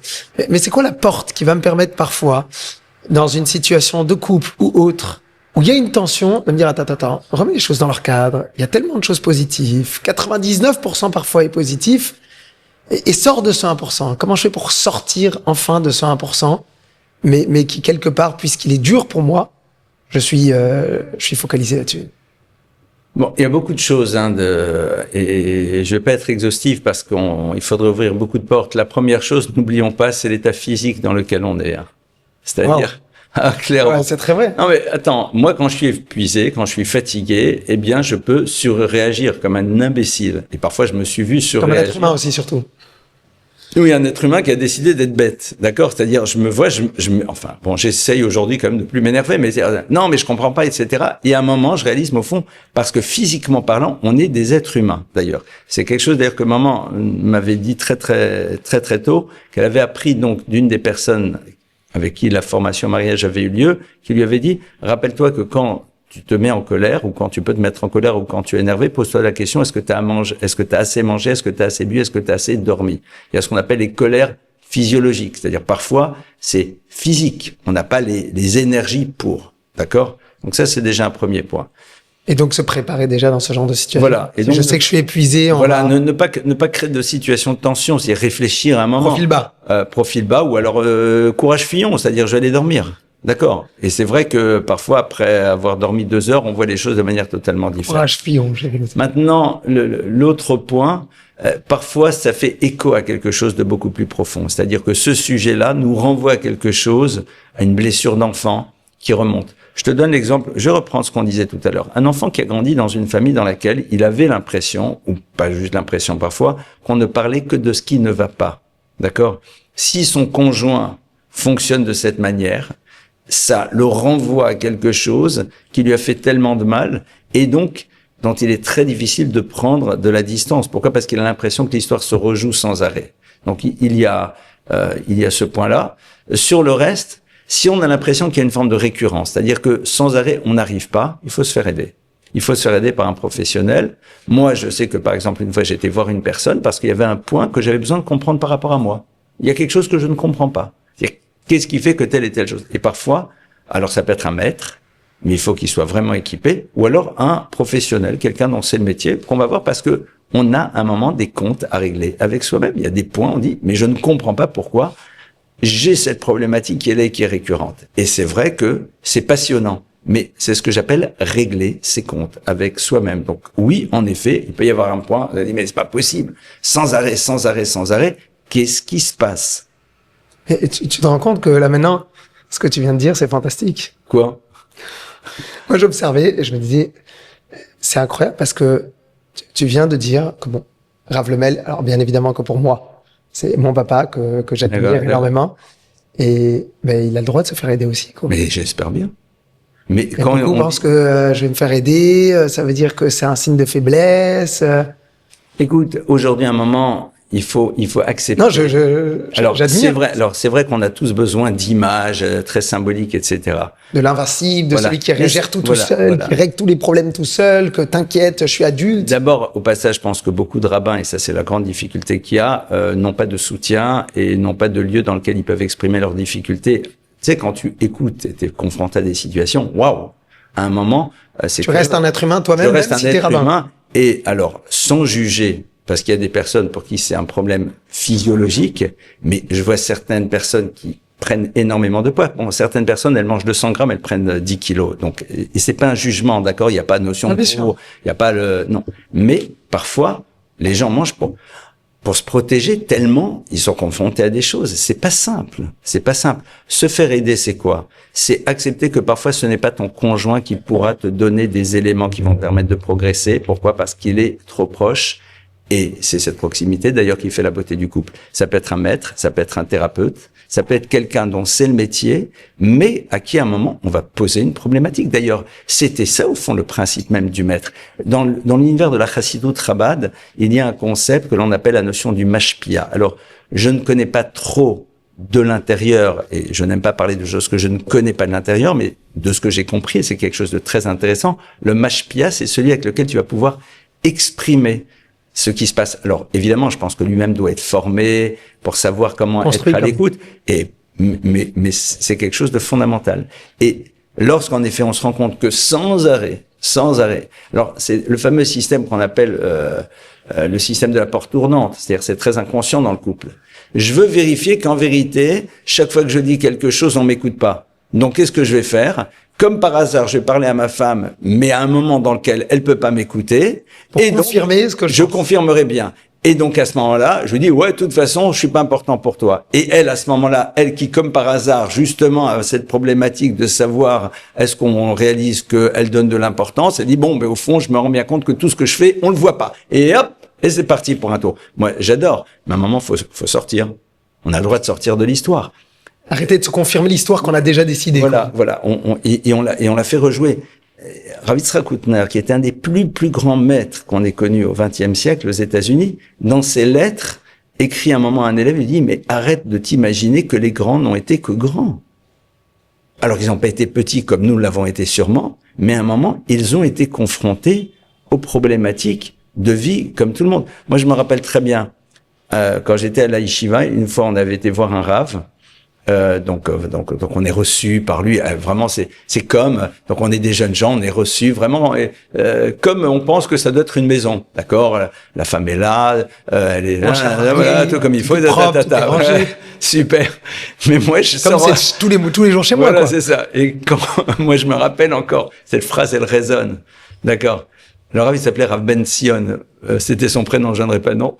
Et après, je me rappelle, je suis en dernier, je sors. Et bon, moi, comme une petite crapule, je m'en vais pas tout de suite. je me dis peut-être que j'entends d'autres choses. Et j'entends à ce moment-là, en hébreu, cette phrase que j'adorais, Ben si, Ben si, ils sont partis, tu peux maintenant les descendre à la poubelle, s'il te plaît? J'ai dit, ouf, ça y est, bienvenue. C'était des vrais êtres humains. Voilà. Je suis allé chez les êtres humains, chez les modèles. Moi, j'ai retenu dans ce que tu m'as dit là maintenant, une phrase qui veut dire que parfois, je vais pas toujours trouver chez mon épouse les solutions à tout.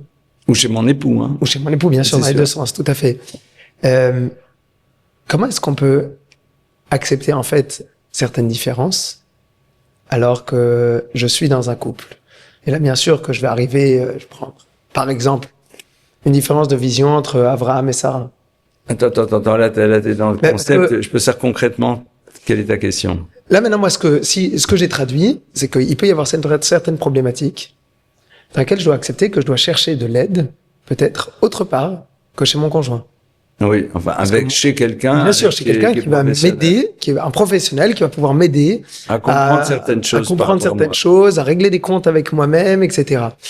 Maintenant, ce que je comprends, c'est qu'il y a certaines situations que peut-être mon conjoint ne comprendra peut-être pas entièrement, ou sur lesquelles on ne va pas toujours se rejoindre. Comment est-ce qu'on fait est-ce qu'un couple, c'est être d'accord sur tout à tout moment? Alors, attends, ici, il faut que tu précises ta question. Est-ce que ta question, c'est de savoir comment est-ce qu'on fait quand on a une vision divergente sur certaines choses, ou est-ce que comment je fais quand l'autre a un modèle de fonctionnement au niveau de son tempérament qui à un moment ne changera pas? Comment je réussis à gérer? Moi, je parle surtout pour l'instant de vision. D'accord, donc c'est-à-dire ta question, vision donc divergente. Comment je fais alors, tout dépend quel est le sujet.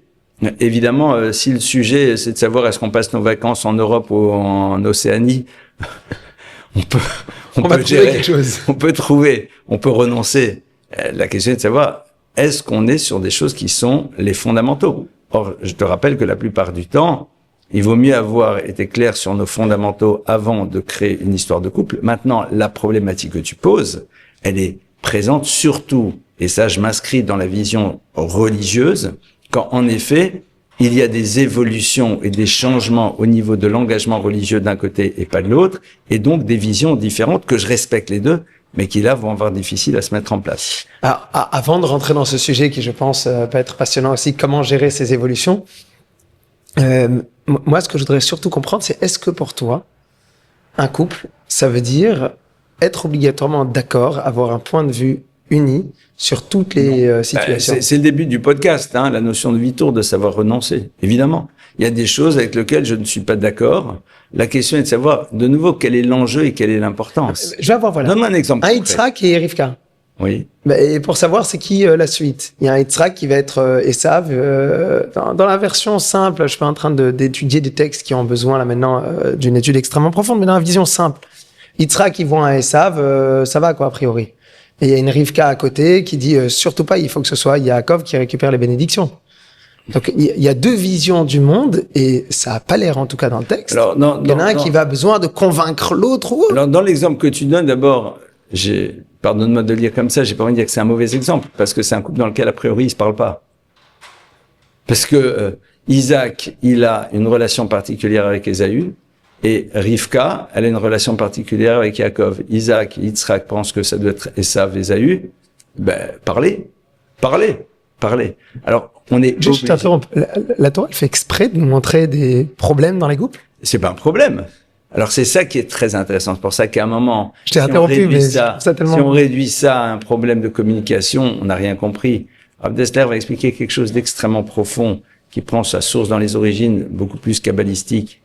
Il faut savoir que Isaac, ici, voit dans Ésaü quelqu'un qui a des combats à mener, mais d'après lui, il va pouvoir les mener pour pouvoir utiliser toute son énergie qui, pour l'instant, est orientée de manière négative pour aller vers quelque chose de positif. Et il pense qu'à un moment, il pourra faire ce switch.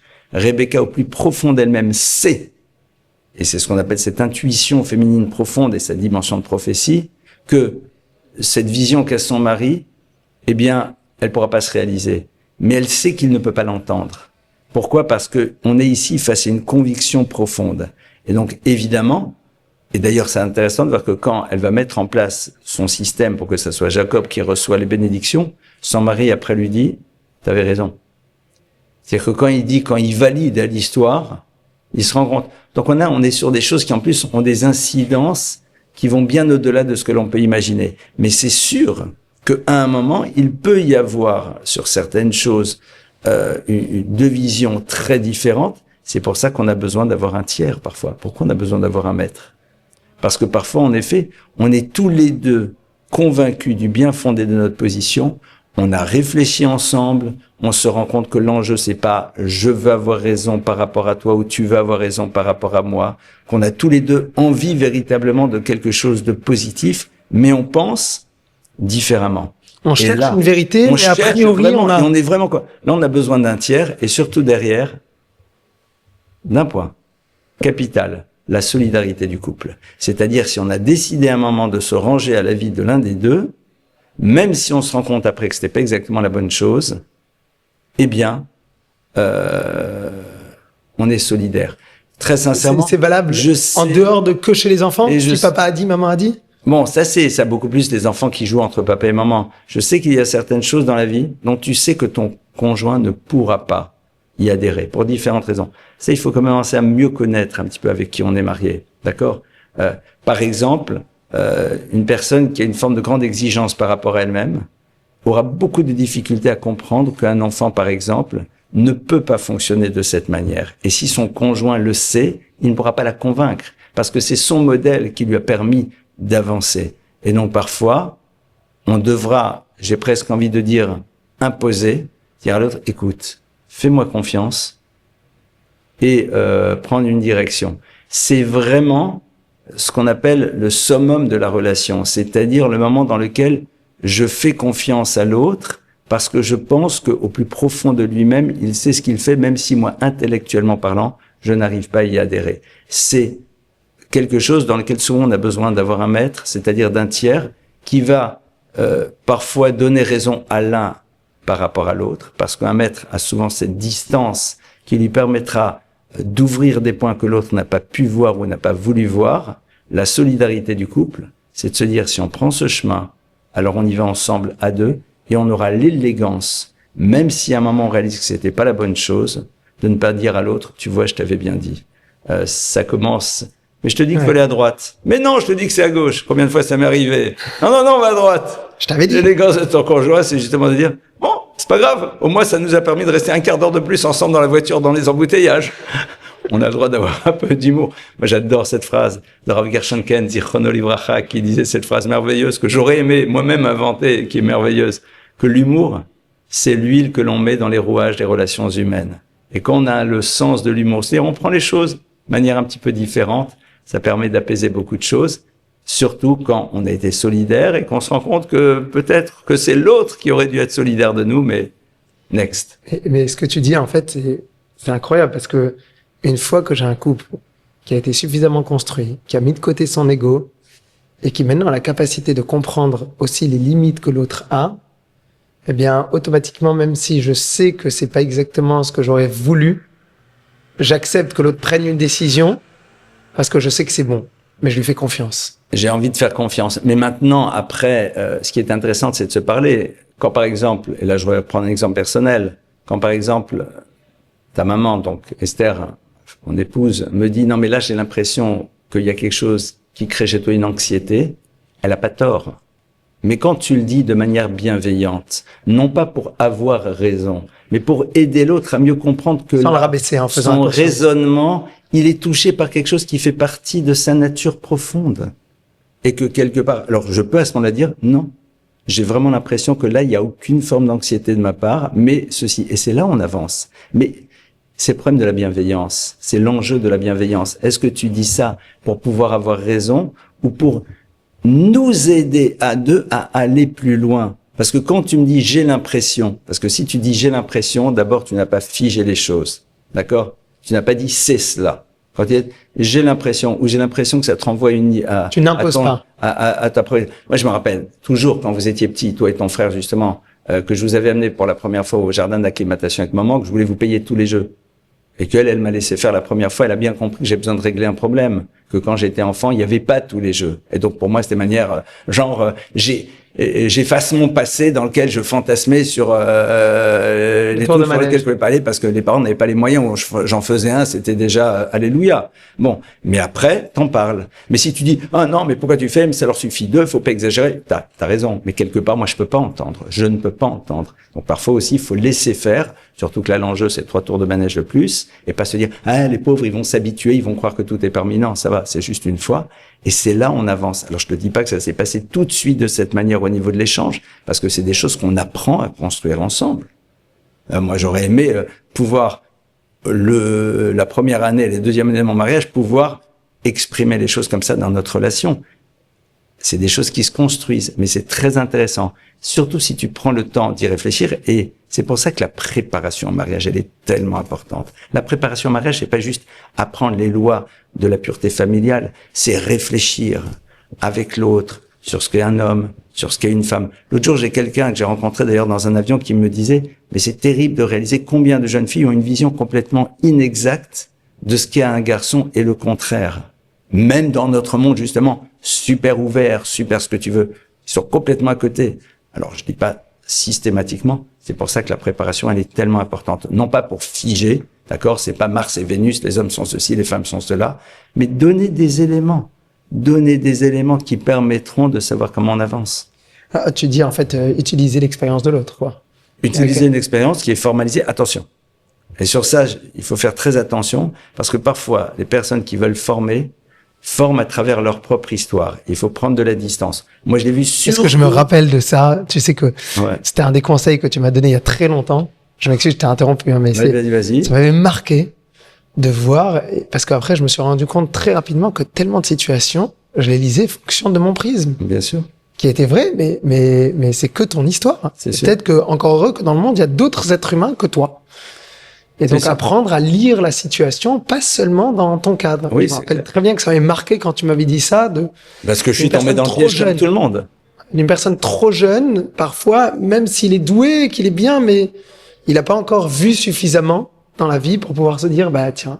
Oui, parce qu'il y a plusieurs lectures et puis il faut essayer de bien comprendre qui on a en face de soi, de le ressentir. Je le vois par exemple dans la formation sur le domaine de l'intimité, parce qu'il faut en parler de l'intimité. Quand un couple se construit, l'intimité, c'est au cœur. Souvent, soit les gens vont pas du tout en parler ou en parler très peu parce qu'ils ont l'impression que quand on en parle, l'autre est en train d'imaginer sa vie intime à lui, de lui qui en parle, alors que c'est faux. Ou alors par rapport à, j'ai pas envie de dire c'est problématique, mais sa manière à lui de gérer la relation à l'intimité. Donc, c'est la même chose. C'est-à-dire, c'est un moment, tu n'es pas référence. Tu es là pour véhiculer un certain nombre de notions que tu as apprises, avec lesquelles tu as eu de l'expérience, et donner à l'autre des éléments qui lui permettront de construire sa vie à lui. Quand on parle de cette préparation de couple, tu as parlé tout à l'heure, d'apprendre à parler, d'apprendre à communiquer. Et il y a quand même quelque chose qu'on ne peut pas rater quand on parle de couple qui s'appelle la communication. Oui, légèrement. Et quand on parle de communication, qu'est-ce que tu dirais comme éléments de base qui vont permettre de faire un travail, un effort d'amélioration de communication dans un couple? Wow. Donc on fait un autre podcast de 2 heures là. Alors, puisque de toutes les manières, ça fait que 10 minutes qu'on parle. Donc, alors, d'abord se rappeler une chose. Et je n'avais à aucun moment imaginé qu'on allait réussir à faire tout le couple, là maintenant, en 2 heures de podcast. Le couple, sa vie, son œuvre. Alors, rappelons-nous d'une chose, d'abord. La communication dans un couple, c'est d'abord se rappeler qu'on a les mêmes mots, qu'on n'a pas les mêmes dictionnaires. C'est-à-dire, la définition du mot que l'un a n'est pas la définition que l'autre a. D'accord? Comme je dis souvent aux gens, si moi je dis à ta mère, donc à mon épouse, tu me prends la tête, chose que je ne lui ai jamais dit d'ailleurs. Je confirme. Mais je prends la porte. Je l'ai jamais entendu à la maison. Mais dans ce cas-là, je prends la porte. Pourquoi? Parce que pour certains, tu me prends la tête. Alors que tu me prends la tête. Donc, n'oublions pas que... Comment je traduis le tu me prends la tête? Ouais, c'est ça. Donc, pour certains, et ça, n'oublions pas que on a les mêmes mots, on n'a pas les mêmes dictionnaires. Donc, tout le travail dans le couple, ça va être de découvrir le dictionnaire de l'autre. Quand je dis ça, qu'est-ce que je veux dire par là? Et ça, faut apprendre à se décrypter et pousser l'autre à se décrypter. Et ça, faut jamais l'oublier. C'est-à-dire que, pardonnez-moi si là maintenant, pardonnez-moi mesdames, d'accord? Parce que là, je vais parler plus aux femmes. D'accord? Souvent, le féminin, c'est pas un défaut, surtout pas, et je suis pas en train de dire les femmes sont comme ci, les hommes sont comme ça, mais de manière générale. Et encore heureux qu'on a des différences, sinon, pourquoi est-ce qu'on se marierait? Le féminin a une forme d'attente inconsciente que l'homme comprenne par lui-même quelque chose qu'il ne peut pas appréhender, parce que tout simplement, il y a certaines choses qu'il ignore, d'accord? Donc, l'univers des non-dits, l'univers de si ça te dérange pas, il y a plein de mots qui sont là, qui en vérité ont une signification A et pour nous une signification B. Ou alors, cette attente que tu me comprennes alors que je ne t'ai pas donné les clés, je ne t'ai pas donné mon dictionnaire. J'attends l'autre d'être prophète, quoi. Oui, et on peut pas. Donc, faut pas oublier de dire à quelqu'un, écoute, quand je te dis ça, voilà ce que ça veut dire pour moi. Mais oui. Qu'est-ce que tu m'as dit? Tu m'as dit encourager l'autre à se décrypter. Oui. Ça veut dire ne pas avoir peur de dire à l'autre. Qu'est-ce que tu as voulu me dire? Oui. Non. Lui dire. Moi, qu'est-ce que je veux dire? Après, il y a les classiques dans les couples. On va dire, voilà, je sais, là, je parle pas de moi, il dit le mail. Je sais que quand ma femme me dit dans 5 minutes, traduction, 1/4 d'heure, c'est pas grave. Pour elle, 5 minutes, ça veut dire pas dans 1 heure. Dans la mesure où tu le sais, dis 5 minutes. Tu sais que quand l'autre a dit, ou le mari, hein, c'est la même chose. Clairement. Le tout de suite, le maintenant. Je sais que quand le dit c'est pas grave ou c'est pas important, il ne veut pas dire que je ne suis pas important. Il veut vraiment dire que la chose n'est pas importante. Mais si moi j'entends ce n'est pas important, c'est tu n'es pas important, c'est bouleversant. Ça, c'est le travail qu'on doit faire au quotidien dans un couple. C'est-à-dire quand on réalise que l'autre surréagit. D'accord? C'est que l'autre a sûrement entendu les choses de manière différente. Donc, à partir de cela, on va dire, mais j'ai l'impression que je viens de te dire quelque chose qui t'a fait très mal. Qu'est-ce que tu as entendu dans les mots que j'ai prononcés? Et c'est là où il faut faire preuve d'élégance et dire à l'autre, alors je vais te dire ce que j'ai cru entendre. Pourquoi? Parce qu'il faut avoir le courage de dire à l'autre, voilà pourquoi ça m'a bouleversé, pour que l'autre puisse nous dire, je suis désolé, tu as entendu ça, c'était pas ce que je voulais dire, mais je te remercie de me l'avoir dit. Et à partir de là, on avance. À un moment, faut détricoter les choses. Enfin, ça y est, on est là en train de se faire la tête comme des imbéciles. Pourquoi? Parce que tout simplement, on est persuadé que l'autre a voulu dire ça, que lui, il a voulu dire ça, et on se retrouve dans une spirale et qui est complètement idiote. Déjà, ce que tu dis, d'ailleurs, c'est au passage, c'est ce que les thérapeutes sont censés faire. Un thérapeute qui connaît son job, c'est pour ça que le thérapeute qui prend d'un côté le mari après la femme, pour moi, je n'y comprends rien. Non, c'est ensemble. Mais attendez, madame, qu'est-ce que vous venez d'entendre dans ce que votre mari a dit? Monsieur, qu'est-ce que vous avez entendu dans les paroles de votre femme? Et là, brusquement, on se regarde, on dit, mais j'ai jamais voulu dire ça. Et l'autre dit, mais c'est exactement ce que j'ai entendu. Mazal Tov. Ça y est, on va commencer à pouvoir communiquer. Waouh.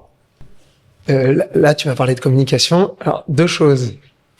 Premièrement, c'est quelque chose qui communiquer, apprendre à se découvrir. Ça dure que les premières années de couple. Ah non, pas du tout. Oh, toute notre vie. Ah, je te garantis, au contraire. Ça commence aujourd'hui et ça finit à 120 ans. Ça commence au début et ça finit à la fin. Et après 70 ou 80 années de couple, on espère tous. On continue à se découvrir. Clair. En vérité, on se perçoit de mieux en mieux. Et quelque part, c'est ça qui est génial. Et ce qui est marrant, c'est qu'au bout d'un moment, tu sais comment l'autre fonctionne, tu sais comment l'autre risque de réagir, lui sait comment tu vas réagir. Et c'est ça qui est sympathique. C'est-à-dire, c'est comme dans les disputes dans lesquelles tu peux dire à l'autre, bon, écoute, de toute façon, on s'est disputé. Voilà. On s'est disputé, mais de toute façon, je te rassure tout de suite, on restera ensemble toute notre vie, hein. Donc, d'accord. De toutes les manières, on s'aime, de toutes les manières, on reste ensemble. Donc, et voilà. Il faut savoir gérer le dossier. Tu sais que j'en profite pour te raconter une histoire sur grand-papa, donc ton papa, que je ne sais pas si tu connais. Il y avait que moi qui étais présent. J'étais chez eux à la maison, il y avait grand-maman qui avait fini un cours, je sais pas quoi. Et moi, j'étais dans la salle à manger avec grand-papa. Et à un moment, elle arrive et elle a ouvert un paquet qu'elle avait reçu, un cadeau. Et elle a dit à grand-papa, ça j'aime pas du tout. C'était un carré de soie. Et elle avait dit, moi je suis pas du tout carré de soie. Et c'était pas grand-papa qui lui avait offert, mais quelqu'un qui lui avait offert. Et je me rappelle comme si c'était hier que grand-papa se tourne vers moi. Donc il avait, 40, 50 ans de couple, tous les enfants mariés. C'était stable, quoi, la situation. Et qui m'a dit, tu vois, je viens d'apprendre encore quelque chose de nouveau sur ta grand-mère. Et moi, ça m'a marqué de me dire que, en fait, c'est bon, quoi. La machine, elle tourne. Et je vois quelqu'un qui est dans une recherche profonde de découvrir encore son épouse qu'il connaît par cœur. Mais ok. Alors c'est vrai qu'avec lui, les carrés de soie, c'était pas un sujet qui existait réellement parce que quand ils étaient jeunes couples, ils avaient pas les 1 000 € à mettre dans un carré de soie. Donc il y avait pas de questions sur ce sujet. Je sais que ça m'avait beaucoup. Tu connais les prix, je vois. Je sais pas, 1 000 €, j'ai jeté. Hein. Je me suis dit, toi aussi, tu connais pas, donc on est tranquille. Quand on a parlé de communication, il y a une communication verbale. Il y a aussi une communication non verbale. Exact. Quand on parle de communication non verbale, on va rentrer aussi beaucoup dans un monde qu'on a évoqué un petit peu tout à l'heure, sur lequel je voudrais revenir un peu, le monde de l'intimité. Le monde de l'intimité qui, aujourd'hui, je sais pas comment c'était à l'époque, en tout cas, dans notre époque, j'ai l'impression que ça prend une place quand même assez plus qu'importante. Et une place immense. Pour un jeune couple qui sont en train de peser le pour, le contre, l'engagement ou pas, de pouvoir s'imaginer comment ça va se dérouler dans l'intimité ou autre. Je peux blâmer personne de toutes les manières, parce que le monde dans lequel on évolue, avec un monde qui nous propose du matin au soir des images, un physique particulier, des Miss Monde, des définitions, dans l'autre sens aussi, de monsieur beau gosse, comment ça va aller, mannequins et autres. Comment est-ce qu'on fait pour pouvoir gérer justement ces communications et donner à chaque chose son importance, mais en même temps ses limites? Alors, bon, c'est un sujet très vaste. Tout d'abord, tu as parlé de communication verbale et non verbale. Le non verbal, c'est déjà autre chose. Le non verbal, c'est quand je te regarde et je te dis, ah oui, c'est très bien. Hein, sourire, le sourire, voilà. Ou alors, une maman qui dit aux enfants, c'est bon, vous pouvez y aller. D'accord? Avec une tête qui dit non. Non, surtout pas. D'accord. Donc la communication non verbale, c'est pour ça que souvent d'ailleurs, c'est une des grandes difficultés, surtout dans l'éducation, on en parlera. Mais je crois que là, il faudra vraiment qu'on parle de la communication, la partie non verbale qui est capitale. Là, tu me demandes de m'arrêter un instant sur donc cet autre type de communication qui est dans l'univers de l'intime. C'est vrai qu'aujourd'hui, j'aime pas utiliser ce mot, mais j'entends beaucoup cette notion de performance. Alors je sais pas ce que ça veut dire, très sincèrement. Même si j'ai une petite idée, mais il y a quelque chose qui m'échappe. J'ai l'impression que la grande difficulté qui est aujourd'hui, c'est la pornographie. Quasiment tout le monde a été confronté d'une manière ou d'une autre à ça. Et surtout les jeunes aujourd'hui qui ont une facilité d'accès incroyable. Et donc avec un certain nombre d'images sur ce qui est censé représenter une relation intime. Comme on l'a vu, la relation intime, c'est un aboutissement. C'est quelque chose qui est l'expression de l'amour profond que l'on se porte et donc d'un désir qui existe et qui a lieu d'être, parce que quelque part, il magnifie la relation.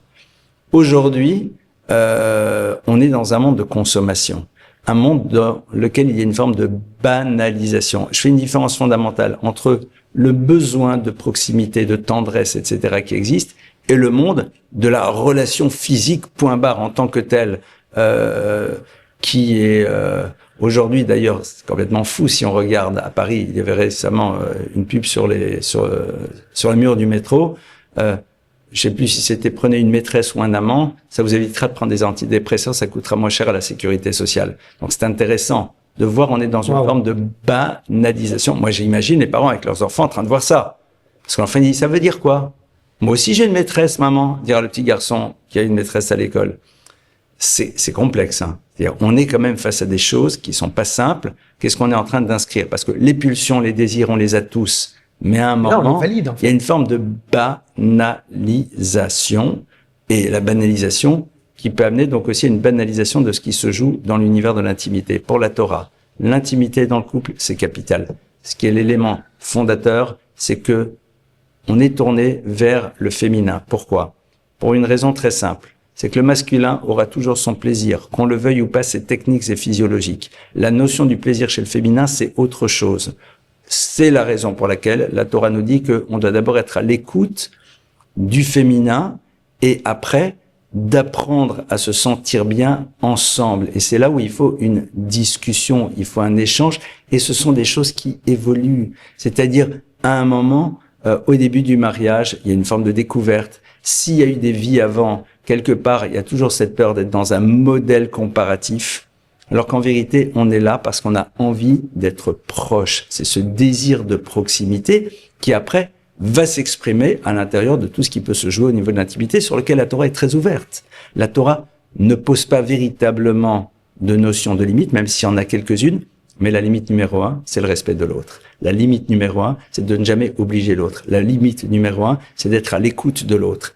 Et beaucoup plus du masculin vers le féminin que du féminin vers le masculin. Et il y a un grand principe. Si le masculin sait être à l'écoute, sait mettre de côté à un moment son propre désir pour être à l'écoute de ce dont le féminin a besoin, à ce moment-là, eh bien évidemment, les choses se mettront en place de manière fluide et de manière tranquille, parce qu'au fond, dans une relation de couple, dans ce domaine comme dans tous les domaines, si on s'aime profondément, on n'a qu'une envie, c'est d'apporter à l'autre. Et si je me rends compte qu'à un moment, l'autre, ça demande, je ne peux pas m'y retrouver parce qu'il y a quelque chose à l'intérieur de moi qui fait que c'est pas possible, on en parle parce que ce n'est pas un déni, ce n'est pas un rejet, c'est tout simplement un des éléments de notre construction à deux. Alors, évidemment, c'est peut-être pas totalement dans l'air du temps, mais c'est cela qui est au fond l'élément qui va permettre, même dans ce domaine, d'apprendre à communiquer et de se retrouver en phase l'un avec l'autre. Mais merci beaucoup pour cette partie-là. Est-ce que ça répond à un jeune aujourd'hui qui t'entend?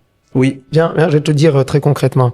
Ok, c'est sûr certain que réussir, parce qu'il y a de l'amour, à construire ensemble, à faire en sorte de voir au fur et à mesure ce que chacun peut apporter à l'autre et tout ça, c'est très beau. Et puisque tu le dis, et qu'on est dans un monde effectivement dans lequel on est confronté soit de la pornographie dure, soit même au quotidien, avec une exposition du corps à H24. D'accord. Maintenant, dans le quotidien, qu'est-ce qu'on peut dire à un jeune qui a envie de se marier et qui d'un autre côté n'a pas cette pulsion qu'il a ressentie dans d'autres cas qui sont des cadres négatifs et qui ont envie, au final, quelque part, il se dit, bon, alors, je vais me marier, j'ai envie que ce soit bien et j'ai peur. Non, je dis non, on se calme. Non, là, la plupart du temps, je vais pas faire de la psychologie maintenant, mais clairement, parfois, on s'empêche de ressentir des choses parce qu'on a peur de s'engager, on met en place des freins pour pouvoir justifier le fait qu'on n'a pas envie d'aller plus loin. C'est-à-dire, ce genre de parole, je ne ressens pas la même attirance pour elle ou pour lui que pour les autres, c'est souvent une manière de dire, j'ai envie de me donner les bonnes raisons pour ne pas aller jusqu'au bout parce qu'au fond, j'ai pas envie de m'engager. Je suis un peu dur sur ça, mais très souvent c'est ça. Et j'ai pas envie, dans ce genre de choses, moi je ne vais pas plus loin. Je dis ok, très bien. Donc tu as décidé qu'en effet, pour cette raison-là, tu ne voulais pas aller plus loin. J'aime bien remettre les personnes parfois face à elles-mêmes. C'est-à-dire qu'à un moment, moi ça m'impressionne ta réponse parce que tu le dirais aussi clairement à quelqu'un qui par exemple te dire non, alors en général quand il dit c'est pas mon style, ça veut dire qu'il est trop moche. Ouais, mais non, ça veut dire que quelque part. Faut pas oublier que la plupart... C'est quoi la différence quand même dans le fait que la Torah elle attende qu'on ait une forme une personne a besoin de voir son épouse, écoute, qu'on soit bien clair, si tu ne te verrais même pas en rêve prendre l'autre dans tes bras, je peux comprendre. À partir du moment où si c'était dans le domaine du possible, ça se ferait. Sur le reste, faut quand même un peu remettre les choses à leur place, mais j'ai pas envie de continuer dans ce podcast là-dessus. Très sincèrement, parce que là, on rentre dans des problématiques qui sont paradoxalement très présentes chez ceux qui ont eu beaucoup de vécu. Alors que dans l'immense majorité des cas, d'accord, eh bien, la plupart du temps, je ne vois pas chez des personnes qui n'ont pas nécessairement eu un vécu auparavant en train de se poser ce genre de questions. C'est plein de gens qui vont dire, écoute, j'ai peur de l'engagement en fait. Oui, alors c'est ça, c'est une peur de l'engagement, mais c'est pas la peur. J'ai peur que ça se passe mal. Attends, si vous aimez profondément, ça se passera bien. D'accord, point à la ligne. Maintenant, si évidemment tu as un cahier des charges au niveau du descriptif, alors que même Amazon ne peut pas te fournir. Non, mais dans ce cas-là, faut pas rigoler quoi. C'est-à-dire, à un moment, faut remettre les choses à leur place, d'accord, et savoir qu'est-ce qu'on veut construire, qu'est-ce qu'on a envie de mettre en place. Si véritablement on est avec deux personnes qui sont équilibrées, qui ont envie de construire, qui veulent avancer, qui veulent se donner l'un à l'autre réellement, je te garantis que les choses, elles iront. Ah, il y aura toujours l'exception de quelqu'un qui a un traumatisme, etc., et qui fait que. Mais c'est comme tout. C'est-à-dire, comme j'ai peur qu'éventuellement une personne appartienne à la catégorie de ceci, cela, donc il faut que je teste systématiquement. Évidemment. Au bout d'un moment, on n'y arrive plus. De toutes les manières, on a compris à travers ces questions que quand on parle du couple, on n'a largement pas assez le temps sur 1h30 de... Évidemment, il y a plein. Il y a quelques sujets qu'on n'aurait pas encore abordés. Il y a d'autres points qu'on va aborder. Les questions que j'ai pas abordées. Il y a d'autres points qu'il faudra aborder, évidemment. Peut-être le teaser du prochain, alors. Peut-être que le teaser du prochain, ça serait de travailler sur un élément que j'adore, qui est ce que j'appellerais le reproche constructif, que la meilleure manière de faire avancer un couple, c'est de se faire des remontrances. Alors attention, qu'on soit bien clair, c'est une grande mitzvah de la Torah, c'est un grand commandement de la Torah de faire des remontrances. Il y en a qui sont ultra orthodoxes sur ça, mais avant d'avoir écouté le prochain, Tzadikim. je vous en supplie, ne vous basez pas sur ce que je viens de dire pour dire, ah, mais il a dit qu'il faut, donc c'est la raison pour laquelle pas du tout. On va découvrir à travers nos maîtres que un des éléments qui permet de construire une relation saine, c'est de savoir faire des remontrances, mais il faut savoir quand, de quelle manière, comment. Et ça, j'ose espérer qu'on aura le plaisir de le développer la prochaine fois, entre autres avec évidemment d'autres éléments qu'on n'a pas pu aborder aujourd'hui. Merci beaucoup, papa, pour cet échange. Avec plaisir, avec grand plaisir.